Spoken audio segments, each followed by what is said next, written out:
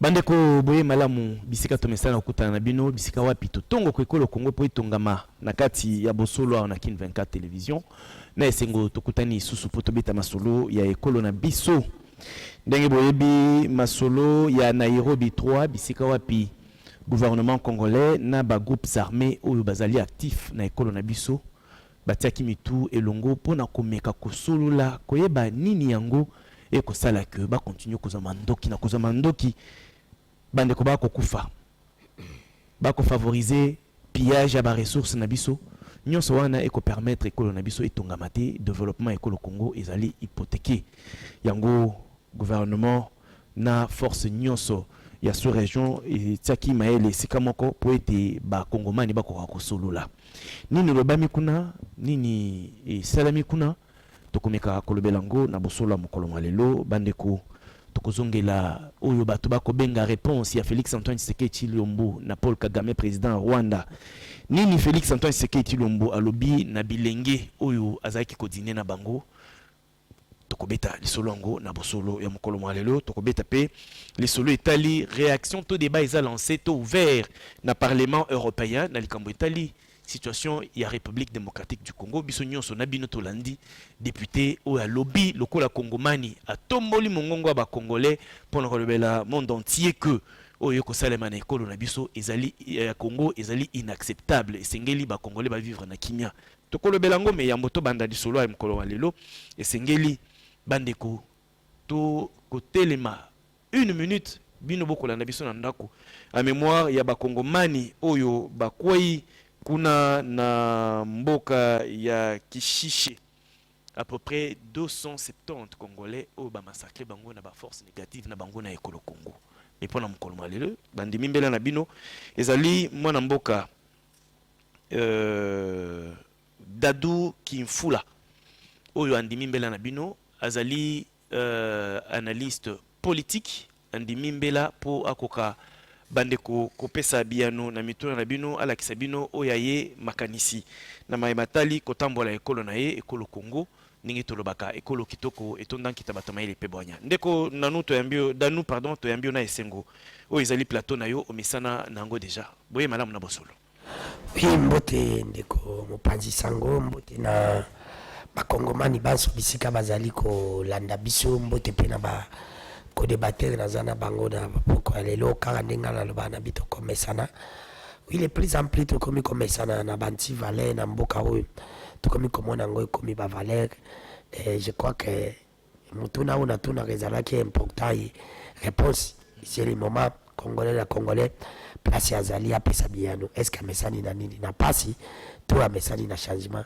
merci pour l'invitation merci Martin Balela boye malamu okoloba wana kombo ya Congo en avant mwana mboka tukuta Yesusu mikolo ebele mbote na yo mwana Congo mbote na bako débatteur na ngai mbote na bakongo mani nyonso esengo etondi motema ya kozonga lisusu na plateau inane je pense inane déjà et puis ndeko iftika na profiter na répondre na bakongo mani o bako komela ka biso na ba chaîne na biso ba Facebook ba YouTube pona kotuna motuna soki to bukani to nini non to ça na problème te na loboko c'est juste un petit message pona ko répondre na bande ko nanga esto ba ko komela ka biso ko la kisabango kenzote o mobimba yanga e ko représenter la République démocratique du Congo kasi la partie bande ezali est o e ko souffrir ezali partie ezo mesana na ba viol partie ezo mesana na ba massacre donc tozali ensemble bien que l'est de notre pays souffre pas si o e ko mona esika o e ko zonga na nzoto mobimba nzoto manda ko souffrir donc nous sommes ensemble avec vous, mes frères et sœurs, Oya Est, Jimmy, Vasco, nous sommes vraiment ensemble. Kinshasa tiki binote, toko bunde tumbawane zali pona congolais nyonso, wala na kwa muntu, wazali wapi na Kasai, ezali etumba na yeto, zali ensemble na bino toko bunda Congo e kolonga. Bo mesa na biso boye, toko longola ka yango kino kimia e kokota na Est na biso. Toki na no kimia e kotite, bo mesa na biso boye zali to bukanite eloko moko pete. Merci ndeko Martin. Congo ezali nzoto, Est ezali moko na etendi ya nzoto. Donc, Martin a symbolisé que ça ne va pas à l'Est de la République démocratique du Congo. Ndeko Joël Manzanza, Grand Bandundu en action. Moi, Mboka. Merci, Botondi Malamu Ndeko, journaliste. Botondi P, Naba Ndeko, Barako débatteur.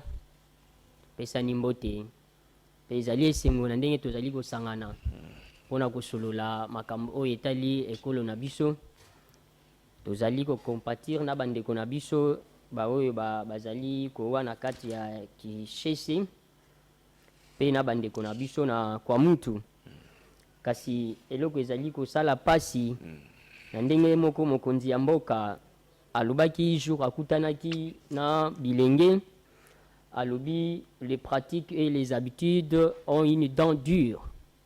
Na lobi boye pona koloba makambo ezali koleka na hôpital ya Basser na Mbudi pona balakisi oyo bazali na mespe ba pratique ezali kosala makuna ezali lokola punition oyo bandeko wana bazali ko souffrir bazali ko vivre bandeko kuna ndeko kutana ndeko moko alobi délégué ya enseignant oyo ya mespe aza kuna na hôpital kuna alongwaka déjà 15 heures accueilli soki mulakisi abeli aye ba 16 heures moya koyamba ye ezate parce que délégué azali. Merci ndeko ezaki na koyamba okozwa ngonga ya passer message na yo na ko utiliser ngonga na yo utilement to yamba pe pona kosukisa mwana mboka Cédric Biengele Bongongo génération 4 boye malamu mwana. Merci beaucoup ndeko. Oyo komikiti na yo ya mukolo vraiment merci. Osede on mutu musute. Merci beaucoup mwana mboka Yves. Na tondi pe boyibolamu na bandeko na nga nyonso nazali ko partager na bango plateau et puis na pesi mbote na ba congolais nyonso en général et puis tozali ko partager na bandeko na biso non seulement à est et puis na bandeko na biso ya Kwamutu na province ya Mai-Ndombe par rapport à la situation où ezali ko leka kuna o affecté même commune moko ya biso ya Kinshasa commune ya Maluku. En tout cas tozali de cœur na bango. Merci. Nazali ko profiter na micro oyo ya ko senga na ba gestionnaire au bayi ko kamba actuellement ba entité territoriale décentralisée entre autres l'actuel bourgmestre ou nommé na commune ya Kimansé que vraiment ba route na Mokali ezali ko poser problème route Mokali lelo ezali route mo komi impraticable soko ke ina direction ya Nzoko nzele ezali sous-souté route to côté la vers cimetière ya Kimansé que ça pose le problème. Par contre, ezaki banzela ou ezaki inscrit dans le programme Oignon sur chef de l'État à la kaki population qui pensait que a kosa la banzela wana mais le lot ezali ko vivre toujours la situation moko ezali ko dégrader d'un plus. La raison pour laquelle le seigne même dans l'autorité à ville il faut asséquer ba meka un peu ko veiller par rapport ya ba problème ya ba route ezali ko poser problème na commune qui pensait parce que la population ezali vraiment ko souffrir. Merci beaucoup.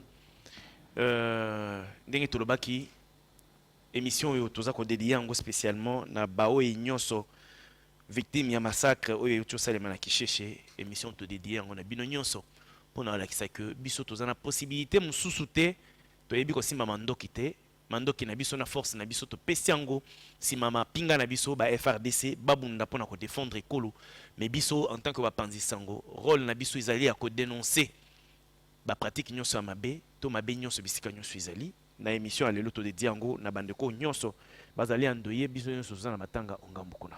Voilà tozonga na bosolo poto beta lisolo ndenge tolobi bandeko na biso na bino tolandi lisolo ya tata Mokambi mwana mboka Félix Antoine Tshisekedi Tshilombo congolais wa Yambo na bilenge bisika wapi tata asololi na bana na ye ndenge ezalaka mais bato ba ko benga lisolo ngo réponse na Paul Kagame na ba propos na ye nani mtu akozwa liloba mtu liboso me Yambo nani akozwa liloba mtu liboso pona ko réagir koloba o ya moni ya malamu tata mokonzi alobi na Kagame ndeko Joël yo mtu akozwa maloba me Yambo zo maloba ndeko Jules Asunga biso tolanda Félix Antoine Tshisekedi Tshilombo maye ya lobaki sima mtu ako réagir ya liboso kozala ndeko Joël Jules Kiwana tozai pana.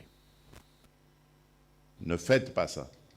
Ne haïssez pas les étrangers. Et d'ailleurs, à propos du Rwanda, ça ne sert à rien de regarder le Rwandais comme un ennemi. Non.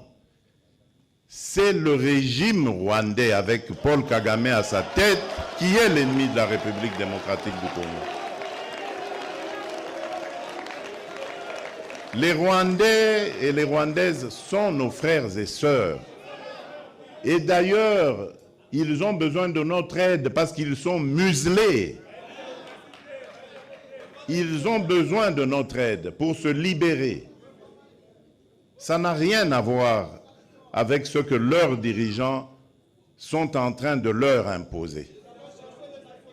Donc, ne les regardez pas comme des ennemis, mais comme des frères qui ont besoin de notre solidarité pour nous débarrasser et débarrasser l'Afrique de ce genre de dirigeants rétrogrades qui ramènent les méthodes des années 60 et des années 70. Alors qu'en Afrique, on avait décidé de mettre fin au bruit des armes. Si vous vous rappelez, ceux qui suivent un peu, c'était 2020, il fallait taire les armes en Afrique pour que l'Afrique passe à autre chose, comprenne qu'elle est la dernière de la classe dans le monde parce que, justement, à cause des guerres et des divisions, nous nous étions entendus comme ça.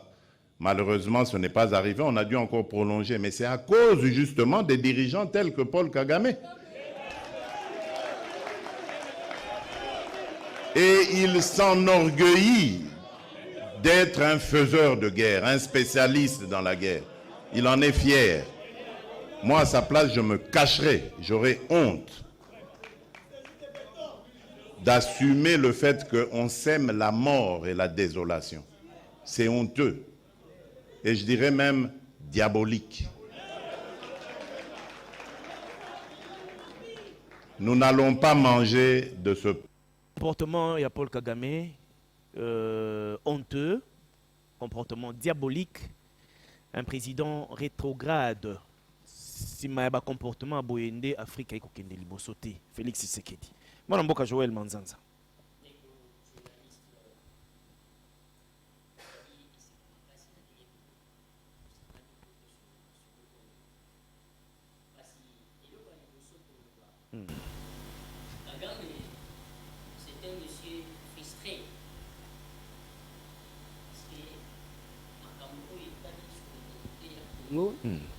etali Kagame te pe toyebi histoire ya Kagame aza na baleson ya kopesa te en terme ya démocratie parce que oyo ezali koleka nanu na mboka na ye moko kotala tolobi ke ye te moto akoki kopesa baleson ya makambo ya démocratie.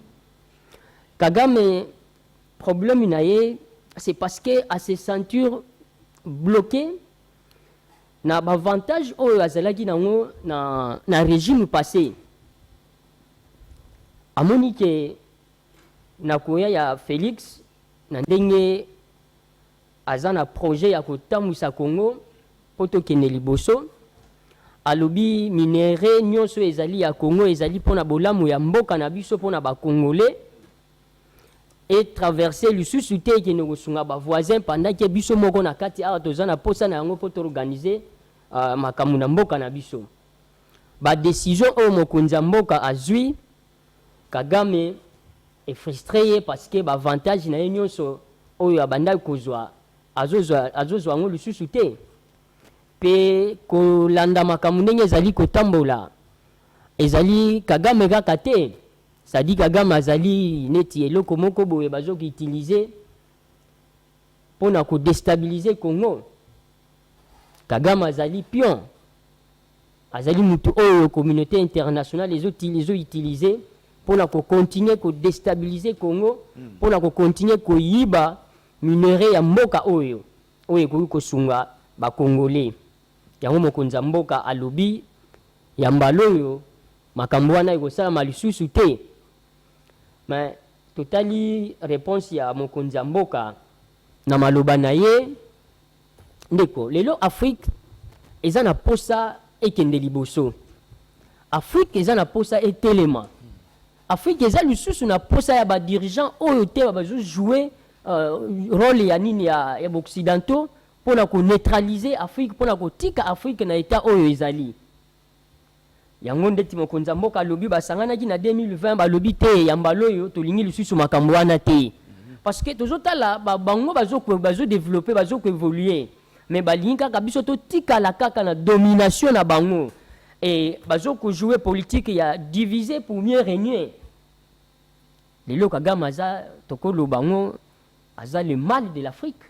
Akomi kotia Afrique na pasi, akomi kotia Afrique na ba problème ebele. Yango biso tolobi Kagame akopesa ba leçon te. Pe ya mbala oyo avantage nyonso oyo Kagame azalaki nango na Congo akozwa yango lisusu te. Yango pe tokoloba tosalier ba résultat ya état de siège. C'est parce que mokonzi mboka alansaki état de siège yango nde sikoyo komi kobimisa lelo oyo ba réalité oyo ba Congolais babanda koyeba te na makambo ezoleka na est ya mboka na biso. Donc Kagame nde mutu azali na base ya destruction, na base ya nyonso ezali kosalama na Congo. Merci beaucoup. Merci. Martin Balela. Toyebaka biso nyonso Paul Kagame charismatique, trop sûr de lui, mais depuis un certain moment tout le monde mwana mboka kazaka oya lokumu alataki ezako ke na kolongwa malembe. To cholonda Félix Antoine Tshisekedi Tshilombo. Yo ko sala analyse na ondenge nini par rapport ya ba propos ya Congolais wa Yambo. Mwana mboka, on mesure le déclin d'un dictateur par les actes et les actions. Ce qui au moni tout ce que Kagame est en train de poser maintenant, ça explique clairement combien Kagame a commis na souka. Kagame a commis na souka, alinko kende na kimiate, alinko kende na ba problème. Et là, Kagame se prend le courage à Bisabiso que Félix a trouvé raison. D'ailleurs, premièrement, a quitté les élections et puis a lingaté l'élection, a organisé l'élection en 2018. Sécurité. Moi, je pense que ni Tozong en 2018, ni Kabila, ni le président Félix, ni nous sommes qui candidat à l'élection en 2018, à qui habilité à quoi Bisabiso résultat ou les vrais résultats. Ni Yemoko Kagame, moto azala qui habilité, il y a quoi Bisabiso les vrais résultats, azala qui nanga. Nde moto a programmé qui nde moto ebisa ki biso moto a gagné. Le lors Kagame a copié sa biso message, je sais pas, il voulait jouer en quoi? Quoi ebisa biso que Félix a gagné quitté puis ça va changer quoi na minute auto nango. Ezali basino ela kisaka lorsqu'un dictateur, un homme fort, azala qui reconnu, un homme fort a commis kokinde. Congo ezala qui lokola lopango oyo moto asombi nano tongi tatiki yango vide bana quartier ba kobeta bale ba komi kobeta bale tango azu initiative makoki ye ko bwaka mwelo po banda kotongo ebi réaction ya bana quartier miso ba koma kotala moko lopango ba komi kotala na lolenge moko me ba bosani kezaki lopango na susi na bango ezali nini etika la kaka terrain de bango ba misana ki kobeta bale Congo ezalaki déjà délaissé donc kozwa moto aye siko le doit comprendre que non je suis un patriote, je dois travailler pour mon pays, je dois travailler pour la nation yango komona pas si eko sala ba voisin, pas si eko déranger Kagame o azali axe du mal ya République démocratique du Congo. Kagame a kozwa courage ko ebisa biso que Félix a joué et ko changer eloko moko te na vie ya Congolais puis ko changer eloko moko te na situation to ko lobela. Etali était parce que Kagame n'est pas rwandais et n'est pas congolais, Kagame est rwandais. Quand il s'agit que Félix a joué qui te oka qui ango déjà na opposant na kati ya mboka na biso na ba plateau to oka qui a zuite échanger to avancer posa na biso ezali yango te posa na biso ko se focaliser te na mambo Kagame a kolobela biso Kagame plus à s'occuper na mboka na ye ndenge tata mo konjo répondre d'une manière d'abord ça reflète l'éducation à Félix Antoine Tshisekedi alobi ce qui nazala qui ye ngana yo kasoni comment est-ce que un tueur, un criminel a kozwa courage ko beta tolo na mokili ke ngai na koboma Félix Tshisekedi na éducation ya azui conscience ou azali nango humanisme o ya ko prôner ko jamais ko beta tolo ke nga na koboma bato un semer de trouble ko tombola ngongo ko loba ke nga nazali semer de trouble ezali pasi mingi kozwa bato ya boy kasi totondi nzambe matondi mingi koptindela biso mwana mboka lokola Félix Antoine Tshisekedi parce que Félix Antoine Tshisekedi ko boya ina ekomemela biso ba dictateur wana le président burundais le président rwandais avant que Félix assiste ba mandat na ye après kozwa mandat mususu akozwa na 2023 ba président wana nyoso ba kokende histoire ko retenir que moto moko yaki na Congo a mema ki va wana ba dictateur nyoso batikalaki na niveau ya Afrique kimi ekokota a président ekobisa biso lobi total ba rwandais te neti ba ennemi na biso. Voilà. Oui, il a raison Ndekonanga, il a raison tant que tozo ki ba ba éruption volcanique awa ba congolais ba kimaki na Rwanda toko sala problème te na ba rwandais toko komisa bango lokola binemi te ba rwandais bango moko mingi o toko fana bango ba ya des rwandais na nga na quartier na nga ya des rwandais ya une avenue ba benga kango avenue des généraux la plupart ya ba généraux bazawana ce sont des rwandais bana bango to sakana ka bango to betaka na bango ndembo ba ko sola na biso neti bande konde ko bokanisa te biso to zali d'accord na mambo ko sala malelo na mboka na na bino Rwanda nyonso ta ko soutenir eloko wana Kagame c'est un dictateur a imposé biso système na ye kati na biso tozo reconnaître que toza ba naïf nous les Rwandais toza ba naïf moto ko faire face na ye azali te ngo moni lelo abimi un seigneur na kati ya pays kasi pasi na bino ba congolais et ko toucher pe biso yango tata mo conduire ekolo parce que azali artisan un peu. Je crois que jamais continue de exciter la population congolaise il y a qu'à faire face na bandeko to bengi ba Rwandais bango nyonso tende bazali ko souhaiter malheur ya congolais ezali na un groupe skill de gens oyo ba sangani bazui initiative ya ko sala mabe na ba congolais bandi lelo te bandaki déjà depuis kala. Très bien, merci ndeko Danou Malobeye mboka wayo mwana mboka. Analyse il y a ba propos à Félix Antoine Tshisekedi ezali recadrage. Ezali réponse musculeuse na ba propos ya Paul Kagame yo ko analyser le lenge kani nini otiré ya malamu na maloba Félix Tshisekedi analyste ndeko analyste. Merci ndeko journaliste na kolobana na vana kota wana na koyebisa na bandeko ya régime ya bisengo na bisengo ya bonane bakende mbango na cimetière ya Kitambo batala ndenge nini niveau ya cimetière ya Kitambo ekomi bakokunda bato likolo ya bato soki mbule beti boyewi badale wana eza kobukana bato bakomonana baza kobimisa bato mosusu mpo bakunda bato mosusu nayebi te service nini oyo ekipara na bato oyo bakufi na kosenga na gouverneur ya ville province ya Kinshasa oyo azali incompétent bango mibale Ngobila na vice na ye Jekoko ya BBC bilan ya ndeko Chilombo bilan oyo bebi ya ye kobebisa lisusu parce que parmi bato bakosala ke président Félix azonga esute na 2023 Jekoko azali kofaire partie na kobenganaka population na nzela alors que population wana aza na nzela mpona mosala ezali te na kosenga na ye batala mpe kuluna oyo ezali na ville province ya Kinshasa na bakomini nyonso insécurité na Banzalemba na Livulu na Kitambo awa nayebi te biso kutu major na biso ya komini soki asalaka mosala nini mpoka bakotika ye nayebi te oke mpe na nzela ya mai na pompage na mbuti kuna koloba te kuluna ezali partout ndeko na ngai na bosolo mpe bosembo nazali maladi me nayoki bandeko makambo balobi awa esilisinga na fièvre na nzoto me bandeko na mituni bazali bakongolais to bazali bakongolais te c'est parce que bozo défendre ndeko Chilombo be parce que bozali ko défendre pays nayoki ndeko na ngai ya alobi ya obengi ya nini ya Jebandundu ouais grand bandundu en action grand bandundu alobi ke Kagame akomi agité parce que bakati ba avantage na ye oyo ezalaki na régime passé mais ndeko si oyebi politique te oye lelo avant kokota na monde ya politique il faut koluka ba information avantage nini Kagame aza na régime ya Kabila na oyo azwi na régime na bino régime oyo nde bapesi ekuti ba avantage ebele bosali raffinerie ya or kuna na Rwanda ti tatanga Kabila bapesaki te Kagame ayawa bayamba ineti roi batia itapi yo nani obo ya Kagame mais Kabila a détruit beaucoup pendant 18 ans totikala koyamba Kagame bongo te yebisanga l'époque nini ya Kabila bayamba Kagame debino boyamba Kagame siko avantage nini Kagame azwa Kabila tikala jamais kobenga Kagame frère na ngai mais de continuer babenga Kagame frère quel avantage c'est son frère qui est en train de détruire notre pays et tu viens aujourd'hui dans le plateau au lobby que parce que Baboto les avantage non mon frère tous ça jeunes nous sommes encore des jeunes parlons pays tout le la Congo tout à l'intérieur à chef de ma partie dans ils vont passer mais le Congo restera ne continue bientôt dans une année aux anciens présidents mais yo nangai il faut défendre ma valeur so yebe le côté où y au fan de calme luki comment qu'on défend boka qui est le balokuta parce que bino na yo saka par bonjour na bonsoir qu'est-ce que bibal bilongo na bino so bisa to aka lokuta na lokuta à part nini à part bonjour na bonsoir nde yango ya solo oui o etikali na lokuta na lokuta de bazara na yo ki discours ya tata mokonzi kolo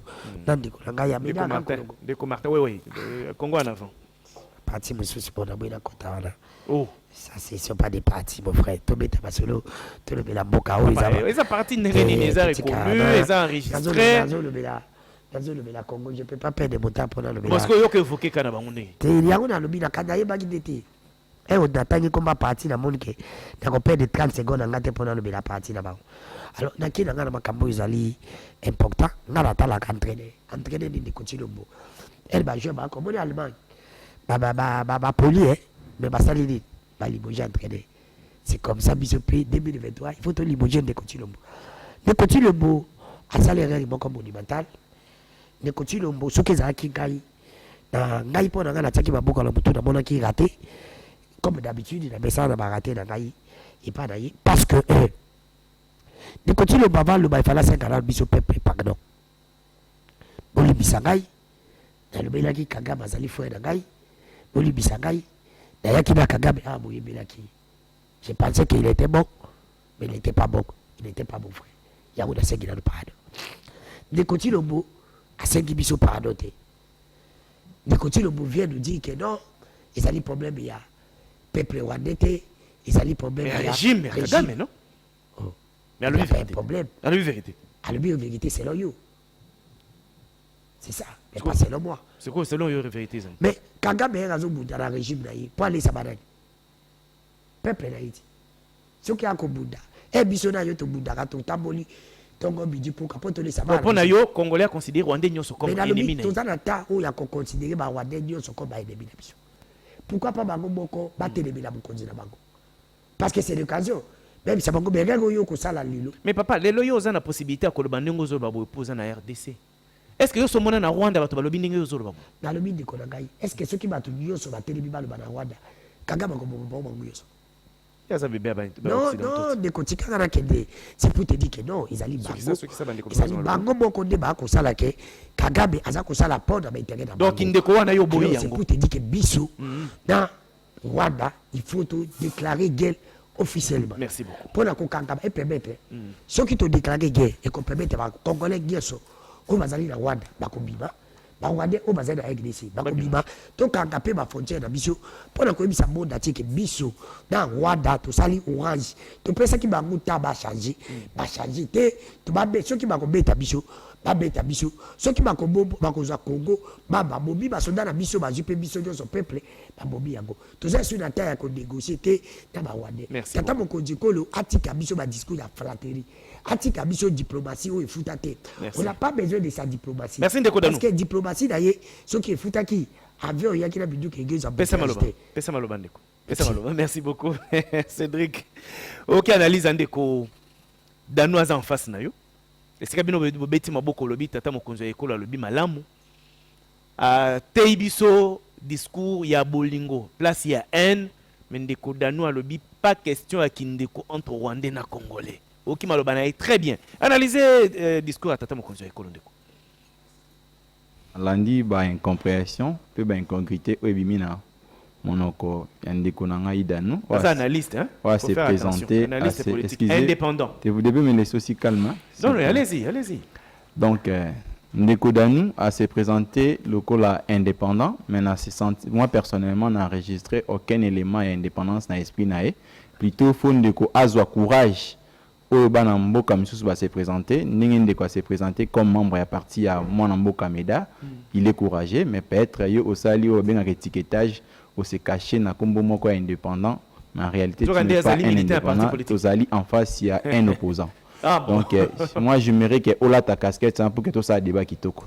Et puis na yo qui moi une compréhension moi bien monoko Ndeko nanga, je me dis un analyste qui n'arrive pas il y a que différencier entre population et puis Naba nationaux, c'est déjà un problème parce que vous savez, la population est composée d'éléments homogènes et puis hétérogènes. Pourquoi? Parce que dans la population, il y a des tendances confondues. Or, comme on a tous en français, tous en congolais, il y a Brazzaville, tous en rwandais. Pour un pays sérieux, au stade actuel, nous sommes appelés à vivre ensemble. Comment on vivre ensemble? D'abord, nos économies sont des économies malades. La plupart des pays africains. Tous en économie, économie extravertie. Donc il faut tout travailler en collaboration, en échange pour permettre que chaque État ait se développer. D'abord, j'ai aimé le discours qu'a tenu Wayambo Ekolo, Félix Antoine Tshilombo Tshisekedi, quand il a kobenga ba Congolais, tout le monde a politique téméraire, donc politique qui a violence. Au ba État nyon so etika depuis 2000 ans, tout ça qui décision, mission sur ba pays à Union africaine. Donc tout le monde a vu vrai et un vrai développement. Et nous, il y a l'agression. Vous savez, la conséquence, il y a la guerre. Aujourd'hui, quand vous allez, par exemple, tu sais, il y a crise en Ukraine, en Russie. Ceux qui ont une économie assez construite. Maintenant, l'économie est malade. Quand vous emboîtez politique qui a violence, Donc moi je crois qu'aujourd'hui le vrai problème c'est Paul Kagame. Là nous devons se dire tout le monde a d'abord la connotation politique nabiso.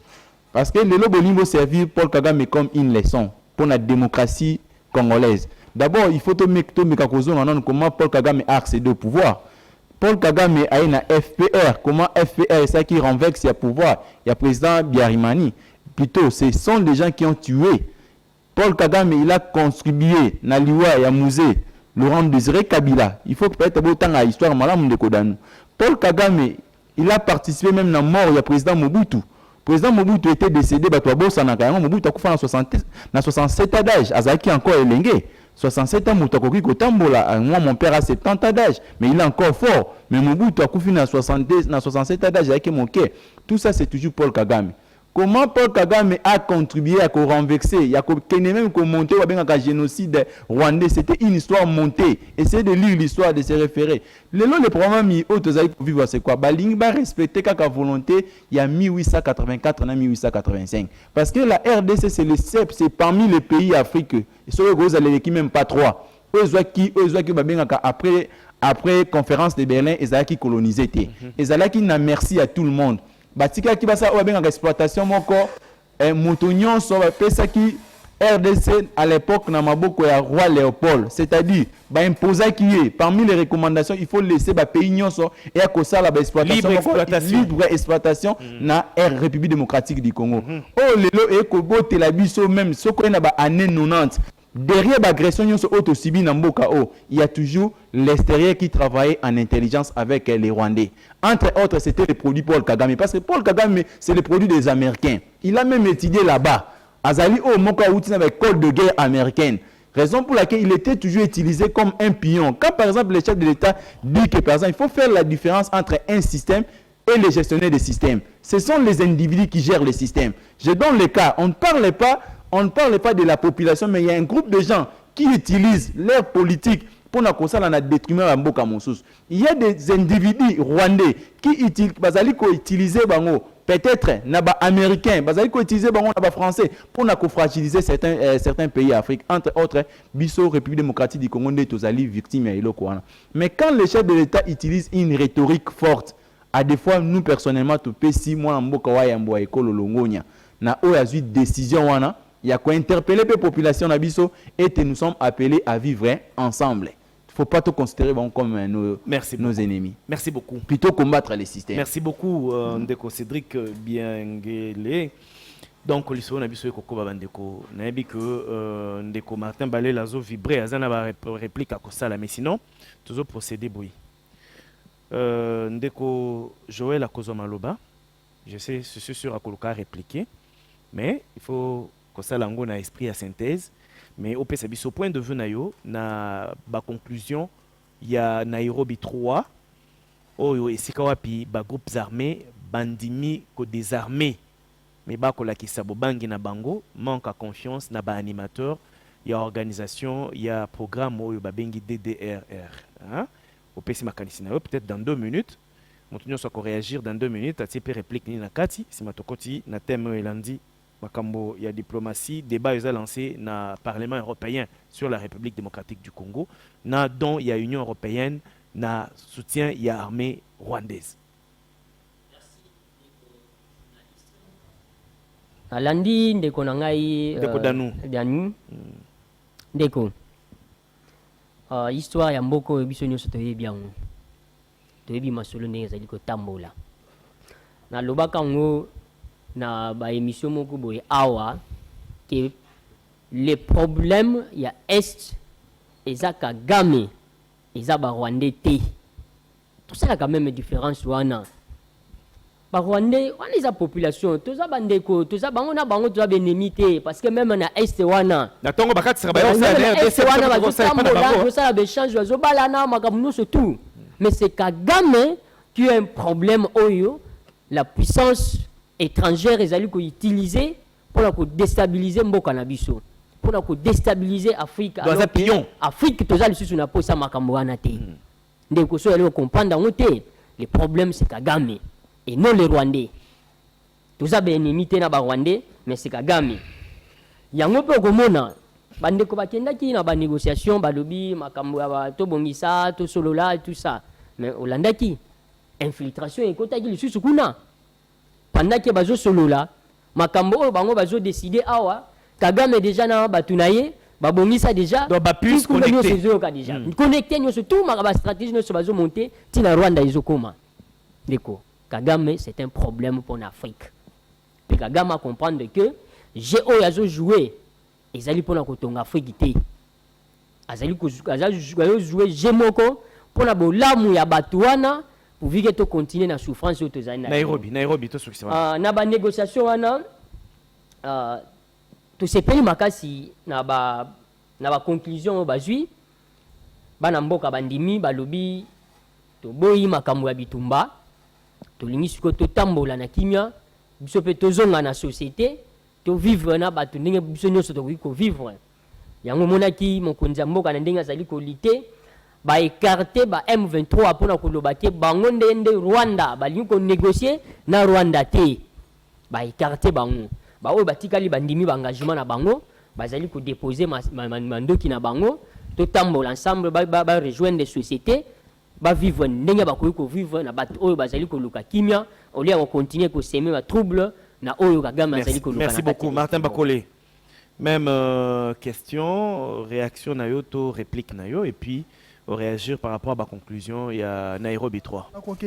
Vraiment na oyo ndeko na ngai ya opposition à lobby na ko ezali. Il y a un analyste politique. Non, un analyste c'est un opposant. Non, c'est une structure connue. Non. C'est un opposant, c'est ça aussi ce qui crée la différence.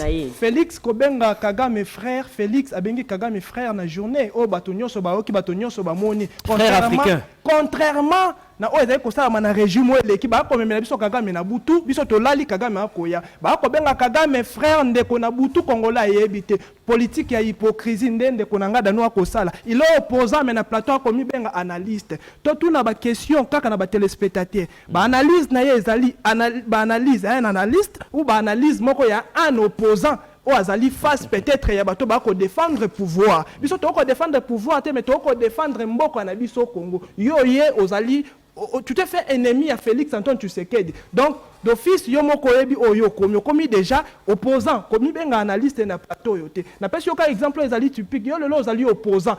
Il y a Félix Antoine Tshisekedi. Ce qui Félix là a se décidé à boma bangolais. Est-ce que yo pozali d'accord na makambo participer pe na crime wana non? Ndenge moko bande ko na biso ba Rwanda bazali kuna. Kagame ako boma ko utiliser ba système na po na ko boma ba congolais. Est-ce que yango ko incombe ba Rwanda nyonso bazali na esika wana? Non, ndeko nanga. Pourquoi ko luka to créer ba guerre o ezangi mutuna makolo? To lobela mambo ezali important ko aider mboka na biso et kende liboso. Ndeko kozonga na Nairobi. Nga eloko retenir nga plus ezali des demandes le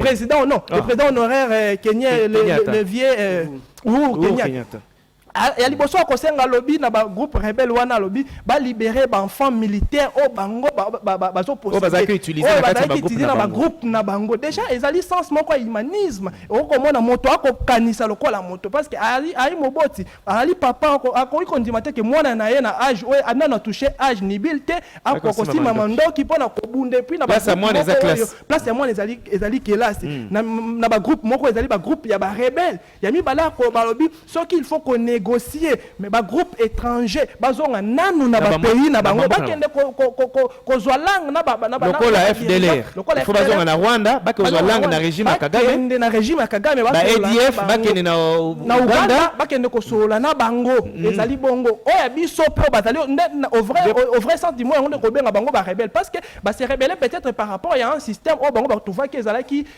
important ou bénéfique te pona bango mais to ko benga te ba groupe armé ba rebelle oh ya ba groupe armé on to benga bango ba rebelle na kati ya mboka na biso non na c'est là qui vraiment na des demandes wana ezala qui ba demande moko ezala qui très importante et puis et motiver nga lisusu makasi ndeko nanga ezali mambo oyo to ko sepea nango procédure wana ezali bien kasi procédure aussi il y a un système wana ya DDR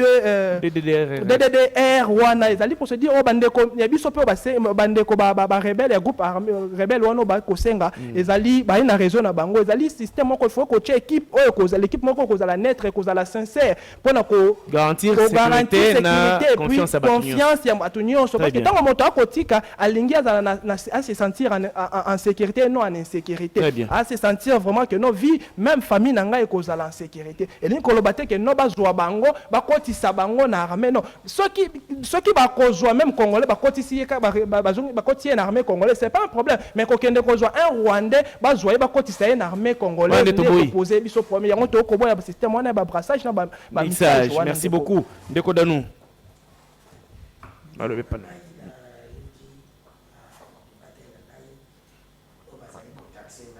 oza opposant papa yo pe la kisa identité no ya solo te ndeko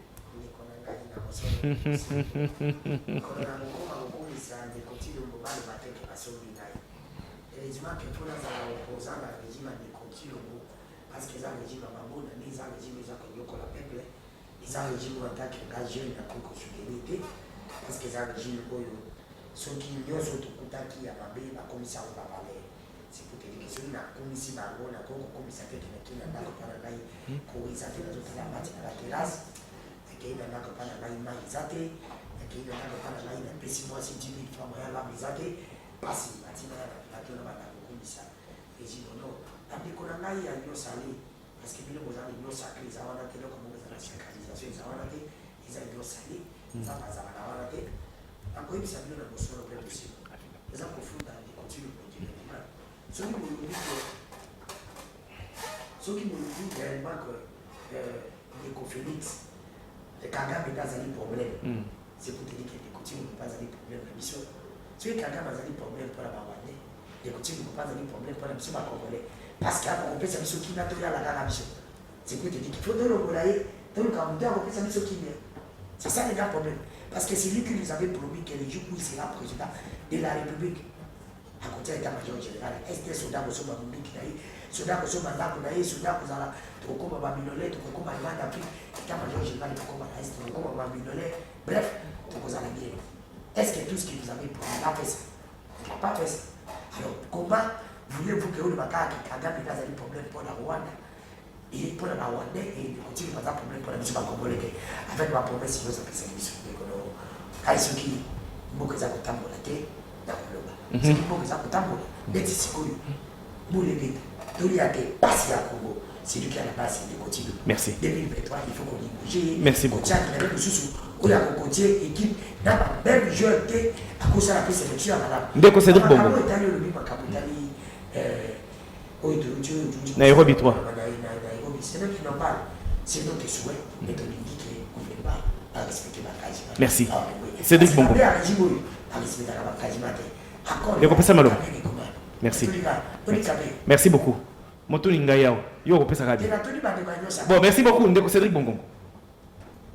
Oui, merci Ndeko. Dans 2 minutes. Hein, donc, moi je pense na pesi d'abord Longonia. Na banamboka et puis na bato ba faciliter kibiso pour que tout soit vrai paix parce que moka oyo souci à conflit ezali vraiment très profond.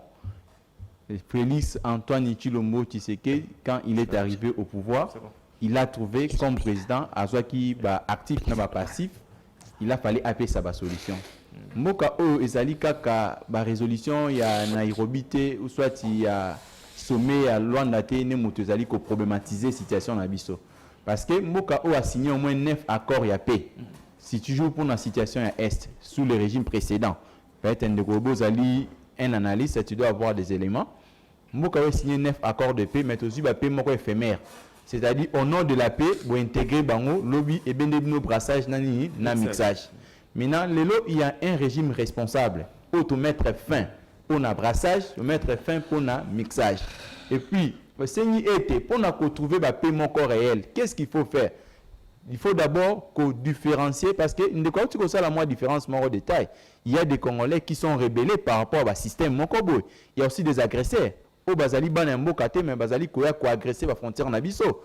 Au Bazali Komeme Nabiso, la violence entre autres, il y a la migration. Il y a beaucoup de mots autres qui même Kotang a été liboso et Itanamike. Bref, c'est toujours les Congolais Bazali Kokufa. Parce que nous, ce que vous devez comprendre, lelo bato mingi balobaka bato bakufa mingi na deuxième guerre mondiale na première guerre mondiale, mais depuis qu'on a enregistré des morts na partie est et mboka na biso en termes de chiffres, ça dépasse même ba milliers de vies qui pendant la deuxième guerre mondiale. Donc c'est une situation où aussi vraiment vous allez se présenter comme analyste, vous devez donner des bonnes solutions et au lieu il y a qu'à rester na ba sentiment mon kobwe. Aujourd'hui, par exemple, nous voyons quand même la bonne volonté aux alliés qui animer président de la République. Parce que Tori Kopé sera bapé mon éphémère. Parce que le par exemple, le président Félix Tshilombo Tshisekedi, il va faire ses deux mandats à Kokende. Lobby peut-être que la bino opposant au pouvoir. Mais quel Congo que tu collègues na bino? Tu connais qu'il y a un problème. Il faut plutôt qu'il y ait une solution. Tout ce qui y a un chemin où ils allaient baliser. Maintenant, comment arriver pour tracer le chemin? Il faut une solution efficace. Si par exemple tu emboîtes toujours pas nabino ezalaki non, on a de la paix brassage, on a de la paix mixage. Vous voyez pas que tu allez régler le problème parce que ça fait au moins 3 décennies. Tu allez toujours perdurer dans la situation. Mais Cédric, comment on a le fait que M23 a eu parté na Luanda, a eu parté na Masolo à Nairobi. Au moins que c'était le groupe armé, c'était ça le groupe armé où ils allaient plus dangereux, plus actifs. Vous savez, par rapport à la situation M23, il ne faut même pas parler du M23. Il faut plutôt, pourquoi Paul Kagame et Alinko s'est retiré? Il faut plutôt dire ça. Ah, M23 égale Paul Kagame. Non, Paul Kagame, M23 c'est juste une façon, l'expression, il y a Paul Kagame. Les alliés ont sous-traitant. Donc, Bazali ko utiliser Bango. Parce que lui-même, Paul Kagame, comme un chef gestionnaire et un pays, a compris que c'est apparaître, il faut plus qu'utiliser le M23. Raison pour laquelle je vous ai dit, même la logique qu'on a Lobakia. Oyo, laisser aller Oyo Paul Kagame à Zoaki Namboka pendant 21 années, parce qu'il ne faut pas parler. Non, Kabila n'a pas fait 18 ans au pays comme président de la République. Kabila, c'est la continuité de son père. Le système Kabila, c'est Mouzé Laurent Désiré Kabila. Parce que les vraies situations, c'est toujours Mouzé qui nous a laissé le problème. Au moins, on a eu que ça juste continuité. Maintenant, la continuité, à moi, on a eu que c'est dégradé encore de plus. Aujourd'hui, Paul Kagame, parce que tout ce qui était comme avantage, on découpe par exemple à Bibosaki, Baïzine, à raffinerie, à or, non, là, ce sont des échanges économiques entre les États pour retrouver vrai développement. Peut-être c'est que les gens ignorent. Tout ça, même la logique, le président de la République a Kemimi Soto signé et Afrique mondiale, EAC. C'est toujours sur le plan économique. Aujourd'hui, un opérateur économique congolais à Kokikokeni, un pays de l'Est, au pays sans visa. Sans visa, c'est déjà des avancées. Aujourd'hui, Bokoko ça va faire très calme. Il ne faut pas voir ça seulement dans la situation où ils allaient coller dans la partie est du pays. Donc, pour citer Ndeko Yves, moi je pense que nous devons Yakoku Misamon Mboka, Félix Antoine Tshilombo Tshisekedi. Parce que les lois allaient quand même vers la paix réelle et puis paix efficace. Merci, et non la paix éphémère. Merci Ndeko, Bandeko.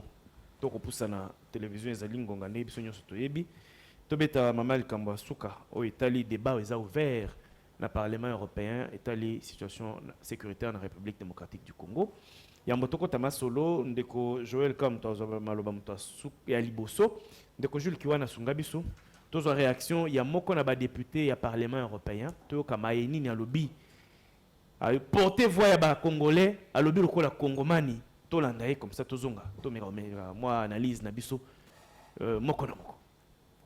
Il est avéré maintenant depuis des années même par les Nations Unies que le gouvernement rwandais soutient les rebelles du M23, des rebelles qui sèment la terreur, la mort en République démocratique du Congo, notamment à l'est où ce conflit a déjà fait des millions de morts. Nous savons donc toute la responsabilité du gouvernement rwandais.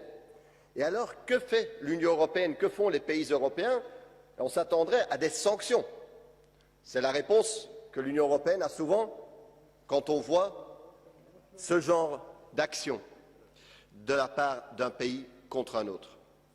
Mais non, non, les gouvernements européens décident aujourd'hui de renforcer leur coopération militaire avec le Rwanda. La France, notamment, annonce un renforcement de sa coopération militaire. L'Union européenne va donner 20 millions au Rwanda pour sa participation au Mozambique, et les États-Unis, vous le savez, depuis longtemps, sont un partenaire très important du Rwanda. Tandis que vous savez qu'aujourd'hui, s'il y a un État qui vend des armes à la République démocratique du Congo, il doit notifier les Nations Unies, ce qui ralentit, voire empêche, évidemment, la livraison des armes à un pays trop souvent et si souvent agressé. Cette politique où on dit en mots, en paroles que nous respectons la souveraineté congolaise, mais en réalité notre politique l'entrave et la sape, est inacceptable. Il faut cesser ça tout de suite parce que nous avons besoin, et les Congolais ont besoin de paix aujourd'hui. De paix. Bakongomani bazali na ntina posa bazana posa ya kimia. Ezali mongongo ya bakongomani ezali porté à l'échelle internationale. Ndeko manzanza. Toyoki atande kodanu na plateau wa comme analyste à lobby diplomatie ya Félix Antoine Tshisekedi et Botaki Mbumate.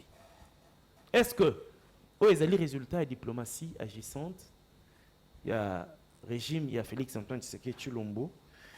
Ndeko député européen aza ko dénoncer tobenga hypocrisie ya communauté internationale, complicité à la communauté internationale, pour RDC Somba Mandoki Sengeli a notifié la commission ya Nations Unies koloba somi Mandoki type boye na mboka boye bangonde ba pesa autorisation. Mais Rwanda azali reconnu mokili makaza ko agresser biso, azali ko alimenter M23 en armes et en hommes de troupes. Bakabele na misolo 20 millions d'euros supplémentaires pour na quoi. Donc to benga ngoni Bonus. bonus. Ndeko, merci. Les Congolais ont besoin de paix et l'Afrique a besoin de paix. Voilà. Et le Koyambotoko retenir Yangoana. Kagame Ayebake, les Congolais ont besoin de paix et l'Afrique a besoin de paix. Est-ce qu'on est allié? Mais il y a des mots qui utiliser. Bon, il y a des gens parce que Babiloko bango nyoso bazo salawana na mutazali pio ezaye. Alors tokoloba esengo ya ba Congolais nde yango wana kota la diplomatie agissante ya mokonzi ya mboka parce que dernièrement awa mokonzi ya mboka ça qui va sortir belé pona ko contacter batu koyeba nini o bakoyi ko sala pona solution ya Congo. Bandeko na biso bandeko danu balobi non azali ko tambola ba voyage boye tout ça. Ba résultat yango wana mokonzi ya mboka oyo azali koluka pona ekolo na ye kasi awa toko dénoncer hypocrisie ya communauté internationale ndenge député alobi oyo bazali koloba na maloba ke bazali ko soutenir biso mais en réalité la misala na bango bazali ko bomande bazali ko boma biso communauté internationale yebake RDC ezali pays indépendant pe souveraineté na il faut ezala garantie. Tokoki kozala comme eloko moko boyete ezali ko servir bango comme po eselo moko boyelo moko ba matapo ba kende ba réaliser ba projet na bango pendant que biso moko tozali ko souffrir à l'interne tolingi politique wana te tala nanu makambo ndenge ezali koleka bango balobi ke baza pona biso bazo soutenir biso dona moi baza na biso mais na butu baza na ndeko na bango Kagame o bazali ko utiliser tolandaki même lobby awa États-Unis lobby na Kagame atika ko soutenir ba M23 ya yoka bango te mais le même temps bango pe bato bazali ko zwa misolo bazo pesa ye ya manduki bazo pesa ye to loba nini finalement ezali un peu difficile à comprendre yango na yango biso siko tozo senga na kati na mboka dynamisme wana to tika na to telema to za bomoko to ba ko sala face ya bato wana parce que apparemment tozomona lisusu te tokende lisusu wapi tosala nini kaka biso moko sikonde to s'organiser to défendre intérêt national. Ndeko Martin Balela qui ndeko député européen ils sont nini retiré na kati ya maloba na ye parce que eza mundele nde azali ko dénoncer ba pratique o ezali malamu te na kati ya Union européenne au pona ye injustice ezo salema ba ko soutenir Rwanda alors que Rwanda za ko agresser RDC mais ba ko tiaka ba conditions belé na RDC pour son batamando qui se défendre. Moi je pense en toute honnêteté ndeko danu tango akozwa maloba aloba nanu a présenter besquisse na ba kongomani ya ba reconnaître ba boya ki ko reconnaître ba effort ou diplomatie ya chef de l'état baloba ki ezali diplomatie moko ezali agissante stérile ndeko na ngai lelo tant to ko mona makambo ya Congo si ja Congo ekomi kolobama na esika wana ekozwa ampleur ekosala débat au même niveau ndenge si ja Ukraine ezalaki en tout cas ezali eloko ya ko reconnaître ba effort ya tata mokonzi ya ekolo ya biso lelo to comment la célébration va jouer, célébration va star, va musicien va koemba, va musicien international va koemba, va star va jouer va célébrer. Ils appellent député les bosoté à Koloba. Moi si pas auto Koloba. Oui, les noms d'ailleurs m'échappent. Ba uti Koloba ngo ezali ba effort au gouvernement per régime et tient en place le lo bango moko entre bango ba comment créer ba confusion. Moko la bango Koloba la moto na kata bango te na kata bango ko bisa bango que les Congolais ont besoin de paix. Tozana pour ça na ngo ezali loko to eko ganga mais to eko se sentir c'est comme si on n'avait pas la bouche. Mais aujourd'hui peut-être gloire à Dieu pour bango moko ba comme Koloba yango bango ba comme ko reconnaître ngo suka ba comme ça ba vérité na bango ba Koloba nani vraiment azali na sima ya makambo wana nyana ko luka mabel pour na vie ya ba Congolais nani ko luka mbeba na makambo oyo nyonso etali ba Congolais kimia ezali oloko Congolais nyonso ko luka kimia ezali eloko africain nyonso bantu surtout les bantu o bengami kimia ezali nourriture na bango ya liboso bantu alukaka d'abord kimia avant mambo nyonso ya solo alukaka d'abord sollicitaka d'abord kimia yango biso Kongoma ba Kongomani nyonso ba ko luka ezali kimia ndeko nanga mais to kosuka kaka na ba discours na bango te to kosuka kaka na ba analyse na bango te to kosenga na bango nyonso ba ko loba wana ba mettre en pratique. Comment est-ce que tu peux expliquer que le loyo armée rwandaise est à la financer à un niveau il y a 20 millions d'euros. Ils allaient équivalent à 25 millions de dollars. Pour passer dans la minute, est-ce que l'armée rwandaise, non, c'est dit à quelque chose. Pourquoi pour interdire l'armée congolaise ou le gouvernement congolais d'acheter les armes pendant qu'ils sont en position de faiblesse? C'est dit aussi à quelque chose. Allez-y comprendre, vous allez comprendre que non, la politique mise en place, et pas un Félix Antoine Tshisekedi, des alliés politiques, moi, des diplomatie, moi, agissante. Même ceux qui sont opposition et Kobo et Yango, mais Libanda déjà, pour reconnaître, bien fort, on est allé au lobby, ils ont maté. Donc, babandi kokufa na ese kaka tant Félix azui pouvoir bato babenda kokufa mais nanya tayi kolobela yango tayi koleka lokola eloko moko te tayi na est bato bazali koganga lelo sous l'impulsion à chef de l'état la politique na gouvernement o ba ko travailler to ko mona lelo si GRDC ko betama partout na niveau ba coupe du monde ba célébration e ko mona na e ko la kisake politique na ye en tout cas ezali eloko moko ya ko féliciter ndeko. Merci beaucoup ndeko Danou. Olandi na biso ndeko député ya Union européenne o ki maloba na ye tokoloba nini diplomatie congolaise ezali en marche eza kobota mbuma to ezali ndenge nini bon ndeko na bosolo pe bosembo na vana kota wana na koyebisa ndeko na ngai azali en face na ngai azali ndeko Cédric alobi G4 génération 4 G4 ba parti politique on peut comme belawa alobi que régime ezali régime ko ya ba responsable parce que baboyi message na brassage mais na mitoni question moko ndeko la responsabilité au pesi bango parce que baboyi et bongo la responsabilité à kopesa pe bango elle va respecter l'engagement na bango te na ba parole na bango c'est ça le grand problème c'est ça aussi la responsabilité toi tu es jeune ma parole ma promesse est-ce que vous avez respecté ma promesse oh vous pensez que mission dans campagne ça peut être toi tu n'étais pas là je te recommande va constituer notre ami Edmond Izuba azala de Kotilombo la campagne, il va te parler, ma promesse est de continuer. Est-ce qu'il a respecté ça? C'est ça aussi la responsabilité. Quand tu es un homme responsable, tu dois respecter tes paroles et tes engagements. C'est ça. Yo monika responsable, ils sont responsables parce que il y a bango biso peuple. Dès qu'on a encore des jeunes, tout pour ça raisonnement na biso pour l'intérêt à peuple. Na le bilara peuple, na le bilara batute. Boni obilo bosala. Mapela ko sala ngo bien ko le kabilo. Mais ceux qui na bandi ko sala ngo na sala ngo na berere obilo bosate. Pour sala ngo bien. Et bi mapeza di banda. Bo beta ngo beza bien. Bo beta ngo babe makasi. Bo défendre le Congo. Congo c'est notre réponse na motuna ngai. Alors to kei na makambo to di makambo. Bande ko na ya Médard Kankolo. On appelle Mbote mon frère ami. Que je le connais. Médard Kankolo ngeza parti politique. Parti politique eza Congo wana. Tu n'appelles Médard Kankolo Mbote. Tu es au Bengen de quoi parti ya Médard Kankolo. Oh mais oui, Dabi n'a pas si Mbote. Médard Kankolo, il n'a pas si Mbote. C'est pour te dire que dans le bi na bosolo pe bosimbo. Ndeko na ngai. Na yoki ba ndeko na nga ba lobi faut osenga pardon. C'est ça la diplomatie. Oh ndeko, c'est ça la diplomatie. Vous voulez me dire aujourd'hui que ce qui m'a député on a lobby, c'est ça la diplomatie. Ah, mais ndeko bon résumer diplomatie encore. Ou bien diplomatie dans un pays. Mais un député aussi peut parler par rapport à ma vidéo ma congolais des osala. Des ma catholique va marcher wana. Ce qui m'a tout moni, n'engala yo toza ko marché, n'engala c'est la régime la communauté, mais là qu'on dénoncer là qu'on c'est la Rwandais. Ce qui a lobby mutu monga lobby, a lobby qui wana, ce qui député. Et bon qu'on a révision que député wana pe à combat la paix congolaise. À cause de la lobby sous influence. Mais c'est ça. Comment toi tu on a ma influence c'était ndeko. Protège-moi non Et ça ma influence c'était c'est-à-dire que ceux qui biso moko interne te dénoncer qui a monté. Bango pe kuna bakwa ko yeba ngote mais lo ke banda uzanga n'époque ya biso yango wana comment ça va le baiser pas de ko ezande ko dan de collaboration pe bosé mo ABC ya communication ezalaka ke ya mission à débat ceux qui moninga ko loba même mission akoko ça yo fanda ka calme et beaucoup accumuler gai na ko fanda calme c'est pour te dire que ça na biki na papier ba pesa so que simite ma baction mai de connaissance na c'est apekise ko mais c'est pour te dire que na bosolo pe bosé bon de ko na kai.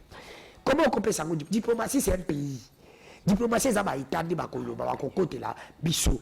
Mais diplomatie, c'est un député bon côté, ce qui a les capacité point de vue d'ailleurs, et monsieur ça va dans le déconner, à bala congolaise. Et monsieur ce bois nanaye, à bala congolaise. C'est ça les gars problème. Donc diplomatie, agissant to bazo kunisa la biso wa. Ça ce n'est pas la diplomatie. Non, bazo kunisa la biso na batela. La diplomatie fallait tomber dans balongo la biso abago, balongo la biso régime à notification. Balongo la biso non déco. Balongo la biso embouteillage ya likolo. Oh ya vieux minute que ça qui embouteillage zongi. C'est le ya embouteillage ya likolo. Oui, déco. Député là yeko ça ya kuna konga yeko luka d'information. Est-ce que dans le mythe bien, dès que tout ça la marche, dès que tout marche qui dimanche, bateau sur ma marche qui. Ce qui dit député à Boni, dès que ma congolais sont même ya libanda, même yebisa na même jeune sénégalais à Tchakibo. C'est ça, diplomatie a dit. Wana et banda qui déjà parti ya biso moko interne. C'est ça. Ya jwango bakam baza congolais mutabanda ni loko c'est ça ce que je suis en train de te dire. Comment la régime, la diplomatie ya boka, ce qui est commis entre l'État, pays dans la permanence que non, la France maintenant, bangonio sur ma télévision. Mais quand un député français. Mais nous avons une européenne, c'est comme sécurité, hein, pas que nos questions congolaises, bah opposé bango boisa que ça. Alors c'est par rapport à dire, c'est par rapport à des peuple congolais dynamique à peuple. Alors dynamique à populaire. Même le peuple congolais à Bukavu, au bateau les Belaki Nations Unies, au Bolaki à Gokuna, au bateau les Belaki peuple wana. Est-ce que Bolaki a goûté que ça dit peuple Nebutu à se soulever là? Bah mon que peuple congolais a commis la souka.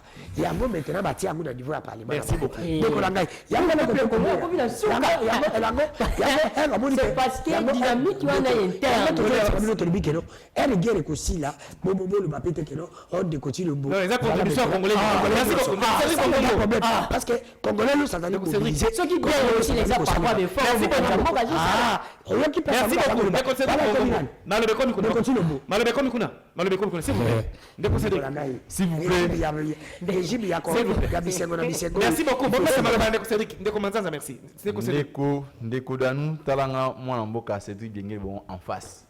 Ndeko Danou tala moninga. Ndeko Danou surtout talanga en face c'est une bonne chose Ndeko Danou. Vous savez Ndeko Danou Balobaka bibelobi mon peuple périt par manque de connaissances. En matière de connaissances, au Koiko souffre la quantité et la qualité. Mais ce que je vois pendant bino bande qu'on a vu sur opposition, to komi ko ça la mena rôle na bino. Parce que Bobé Ngarabiso, juisseur, mais excusez-moi, je vous dis, moi je me présente comme un conseiller non payé du chef de l'État. Parce que Nazarana pour couper ça va conseil moi au bino banaliste bossé ngabosa somena to ça ngone sika na bino. Vous savez non c'est de diplomatie. Et ça dit qu'on se résume dans beaucoup de mots. Entre autres rhétorique, Maloba aussi, ils ont un élément facteur majeur pour qu'un État a ses cahiers dans la vie internationale. Dans la gestion de la diplomatie, quand par exemple un problème, il y a la République démocratique du Congo, Parlement européen, ils ont dit que parlementaire le pays est belé. Ce n'est pas Parlement de France, ni Parlement allemand, ni Parlement européen. Donc c'est-à-dire c'est une rhétorique forte. Les lots, des résolutions qui peuvent s'imposer dans certains États. Parce que c'est parmi les pays où les pays développés, nous sommes les pays où les qui participent à l'organisation et belé à monde. Maintenant, ce que nous voulons, c'est quoi? Le nom de la République démocratique du Congo est reconnu sur le plan international. Mais Tolini maintenant va procéder même dans la sanction. Parce que le Rwanda Azali, excusez-moi, Kokuni, ça a été le pays Azali fort, non. Rwanda, c'est un petit pays. S'il y a des sanctions fortes, raison pour laquelle tu as même l'hypocrisie de la communauté internationale. Cette hypocrisie-là se résume en quoi? Comment bateau bazali ko subir agression? Tu as financé. Mais bateau bazali ko agresser, financer.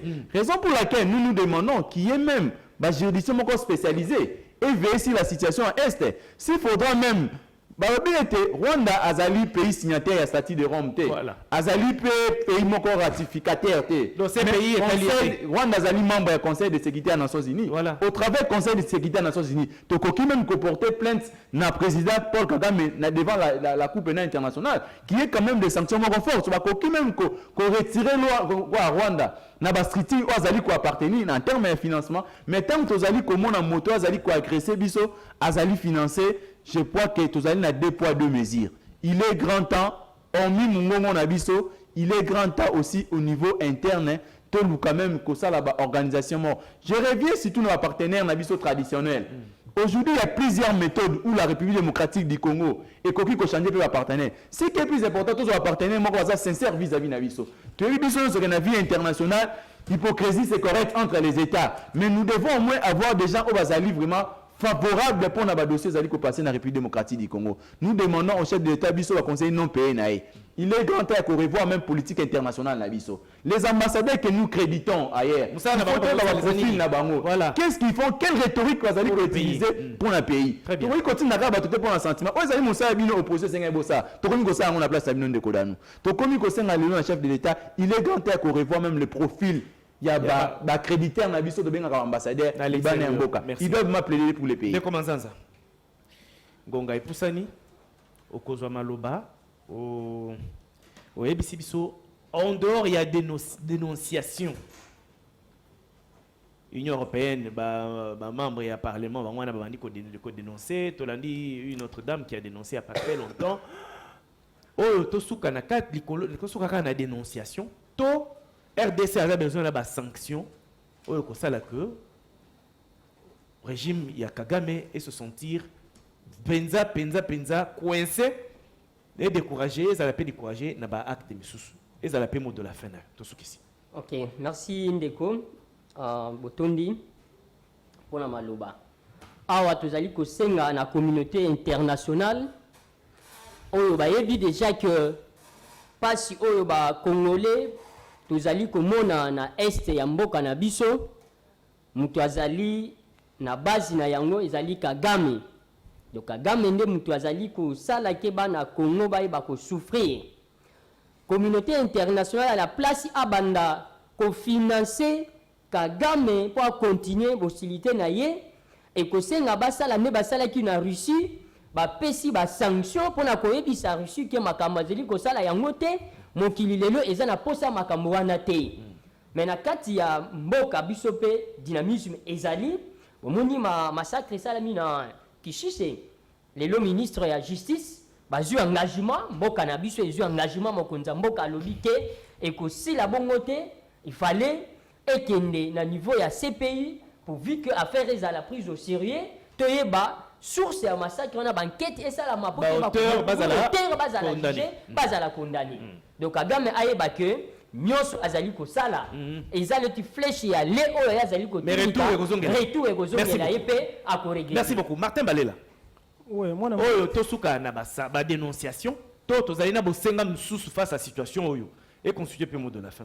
Moi je pense que tu es limité quand tu as la dénonciation oyo. Ma crainte est que député Marc et l'autre outil kosala wana ezalaka jouer na hypocrisie peut-être azali na l'un de abimika kaloba pour peut-être batindi pour les Congolais ba mona que non il y a certaines personnes aussi na kati na bango bazolobela ba Congolais na niveau wana ndenga na kobanga na niveau wana en tout cas na kobanga po ko ikozala PG et salami na yango ba yebi ezali bango nyoso ba na bango ba complice mais akobima lokola moto ani ko zwa voix ya ba Congolais ko mema yango likolo kolobela yango donc biso to ko se focaliser kaka te na ba dur na bango parce que si ce qui senga ki biso ba dire to mona ki ba rapport ebima ki ba rapport ya ma peine tout ba sanction ya kité donc c'est que nous les Congolais tous obligés à ko ça c'est qu'on doit être concentré dans tous les plans dans tous les points tous à la concentrer comment parce que armée congolaise il faut aller au point bien que bazali ko privé biso na babiloko wana ezali ba avantage balingi pe ko démoraliser biso balingi pe ko travailler biso sur le plan moral tant armée congolaise a ko ka financement zoya te mais ennemi azali financé sur le plan moral et ko jouer pe na eloko moko bowana donc to travailler pe ba militaire na biso sur le plan moral bazala très efficace au point to compter plus na diplomatie to compter pe plus na oyo kozali peut-être voix mosusu so ki esengi ke diplomatie to ke na diplomatie so ki esengi ke kozala guerre et la guerre parce que bato wana bazali bato moko ya kopesa bango vraiment confiance na totalité te ba bato akoki ko jouer le double jeu à sala ki ezaki jeu na bango basali po ba se pelisa ba congolais. Merci Ndeko Danou.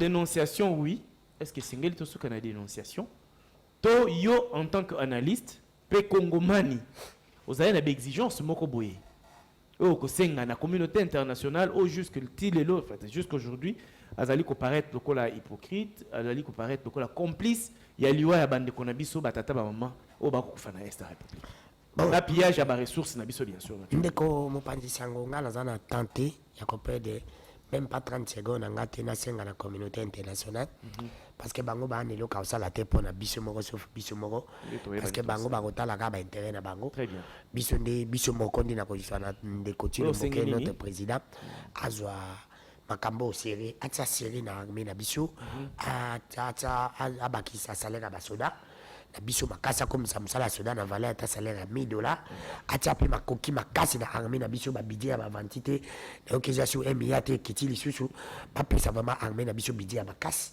parce que tout ça la face na ba rwandais c'est une occasion ya kolekisa ba 9 pays voisins na biso que tout ça makasi koleka bango to fanda rande calme mais le collabo mboli biso bokomona c'est pour une occasion pour na biso to lekisa bango que nous sommes capables de faire ça mais pas que na le la bango non to ngité parce que bango bazota l'intérêt na ceux qui intègrent bango za ba rwandais bango ça l'assemblée parce que qu'est-ce qui prouve que vidéo na pe ninde kona uchi ko bandenga pe na ba kiza ba 28 c'est pour te dire que ba ko tindi ka ba tekal alors ba c'est la distraction parce que pays a la distraction et tu pas plus tard hier na mona ka distraction tu ba uchi sala OK c'est la solidarité na moni ba gouvernement pe si mongo ma première dame ma PC ma ministre ma PC ça ce sont des aventures on n'en a pas besoin ils allaient aventure est-ce que l'état congolais ils ont dit mongo pour la kobibisa pour la kopesa ba ndeko bazali ba victime ça ce sont des distractions tous ça besoin te kaka ndi ba linko ça ba distraction ba petite chose ba me bango na kati ya rabete ba tsa série na musala na o itali armée na biso batia serré na musala ya kisoda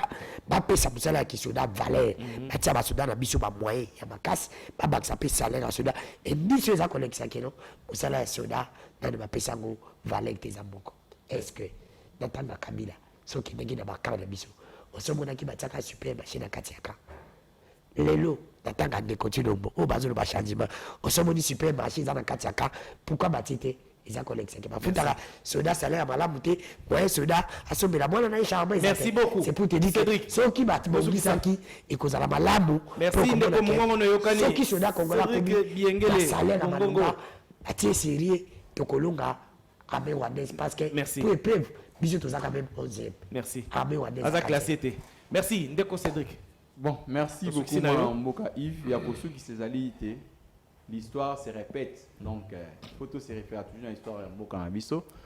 DSP à l'époque, fait président Marshal Mobutu, Tokotaka Bitumba, Tina Rwanda, et puis Tebi Oto Salaki, et c'est vraiment une référence. Donc, pour dire que Tozali na armée Oto qui faire face à Rwanda. Mais ces questions, Tozali ko plaider toujours Bisson dans l'ensemble. Dans chef de l'État, il faut appliquer la loi de programmation militaire. C'est-à-dire qu'il faut militaire ba majorer Vinae. Batika, bon, parce que vous savez, quand Moutaki Narabitumba, il y a des situations. Il y a la psychologie qui règne. Moutazali Kobunda, Atali est ennemi, Bafutaka salaire solde de $1000. Yazali na $100. Babengi koto, moi on a koto à Bengi. Moi c'est un koto à Botaki na maternité exact. Donc tout ça, ça joue sur les problèmes psychologiques. Donc il est grand temps à améliorer les conditions là-bas. Donc nous demandons au chef de l'État, mais qu'un peu qu'on revoie si tout l'habitude va vraiment graduellement pour que vraiment mais qu'on change. Et puis il est grand temps de définir politique extérieure dans l'ISO. Il faut créer maintenant un lobbying fort. Aujourd'hui, nous parlons d'infiltration. Infiltration, comment détecter bateau basali ko infiltrer biso. Biso pe nous avons déjà universitaires. Tokoki ko renforcer le système na biso ya renseignement. Bon mais ko tina même pe bana na biso ba congolais ba zo ba books d'études, ba ke ko tanga pe na Rwanda, ba comment la politique rwandaise, comment politique extérieure na bango ezaka gérer, comment baninga bazali ko développer intelligence na bango ya biso ezali toujours kotika. Moi je pense que il est grand temps ya kotinda pe bana biso za ba bourse made in Kabila te o ezali ki bourse ezali ka ko profiter ya bana ba politiciens. Cette fois-ci il faut ko élargir yango ko pe sa ba nyon so chance wana. Ba meka ko sauver mboka à la langue. Merci beaucoup bandeko. Tosukisi lisolo ya mukolo mwalelo awa na bosolo tofinga na ngate tosona ngate. Donc, ça, le débat, il y a école biso avec passion, mais na respect mutuel. Donc, aux humaloba, au lobby, aux anamalobate, au tikeli moninga, to permettre bino bolanda biso, ndenge longobani, na banda kunabino, ndeko Cédric Bongongo, aux okoloba, na kati, na compte, il y a génération 4, totondi ondengo ndima kimbela pe opesibiano na yo. Merci beaucoup Mamboka. Ndeko Joël Manzanza, Grand Bandundu en action, totondi pour la disponibilité na yo. Merci beaucoup ndeko journaliste. Merci ndeko Martin Balé la bozongi bolamu na bosolo ndenge tolobaka. Merci beaucoup. Kitiwana etika sous vide te. On a la promesse. Oui. Bon, voilà, ndeko Danou Kimfula, merci beaucoup Kimfula plutôt. Merci analyse politique. Attends ba ko contribuer au camp ya opposition. Merci confrère Nengo Dibisela. Voilà pour me tout ici. Merci l'équipe technique Mobimba. Merci Nabino téléspectateurs pour la confiance beaucoup renouvelée na kati na biso. Nzambe abateli ko Congo. Tokutani bongo Nicolo Mizakoya.